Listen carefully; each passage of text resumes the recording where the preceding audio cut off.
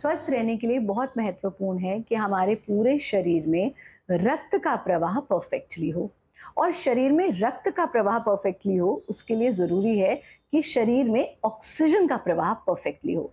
जितना अधिक ऑक्सीजन हम शरीर में लेंगे उतना अधिक हमारा ब्लड का सर्कुलेशन बेहतर होगा। पर होता क्या है, हम अक्सर ऐसे झुके हुए रहते हैं, चेस्ट को कॉन्ट्रैक्टेड रखते हैं, और अब तो जब से मोबाइल फ़ोन का प्रयोग करने लगे अक्सर लोग ऐसे ही रहते हैं। तो ऐसे जब आप बैठते हैं तो आपकी चेस्ट एक्सपैंड होती है और ऑक्सीजन का फ्लो बाधित हो जाता है।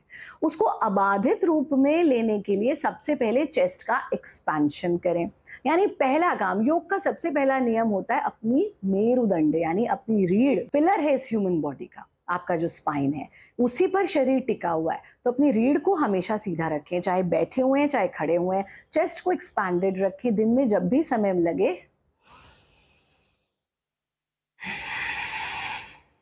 इस तरह से डीप ब्रीदिंग कर लें।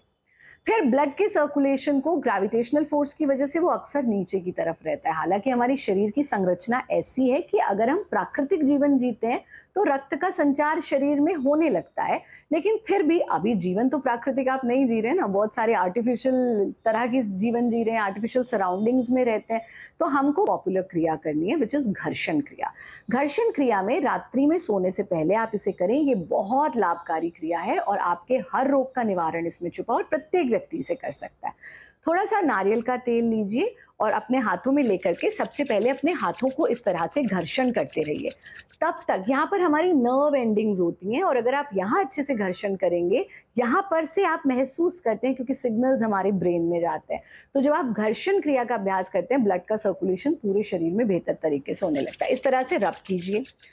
कम से कम 10 बार रब करने के बाद फिर एक एक उंगली को ऐसे दबा करके हल्का हल्का प्रेस करते रहिए। इस तरह से 3-3 बार हर उंगली को दोनों हाथ की हम कर लेते हैं। ये कर लीजिए। फिर तीसरे स्टेप में हम पीछे से भी अपनी हथेलियों को घर्षण करते हैं। ऐसा कर लीजिए।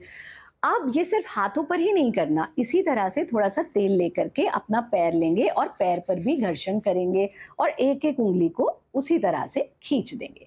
ये बहुत सरल सा काम अगर आप अपनी हथेलियों पर और अपने तलवों पर रात्रि में घर्षण करके सोते हैं, आपके पूरे शरीर में ब्लड का सर्कुलेशन परफेक्टली होता है।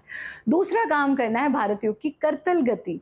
बहुत सरल है, ताली तो आप सब बजाते हैं ना, बस अपने अचीवमेंट्स, अपनी खुशी के लिए ताली बजाइए और अपने आप को बताइए कि मैं बहुत सौभाग्यशाली हूँ, मेरे पास ये सांस है, मैं बहुत सौभाग्यशाली हूँ, मैंने आज के नया दिन देखा, ये जीवन है, ये शरीर है।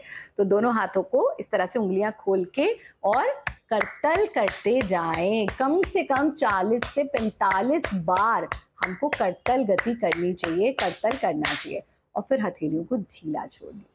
ये बहुत सरल से आसान से काम आप प्रतिदिन करें।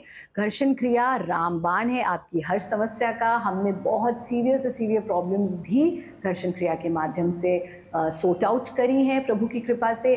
आप भी घर्षण क्रिया करें, आपका ब्लड सर्कुलेशन बेहतर होगा। और माइल्ड वॉकिंग ज़रूर अपने रूटीन में ऐड कीजिए, प्राणायाम ज़रूर कीजिए।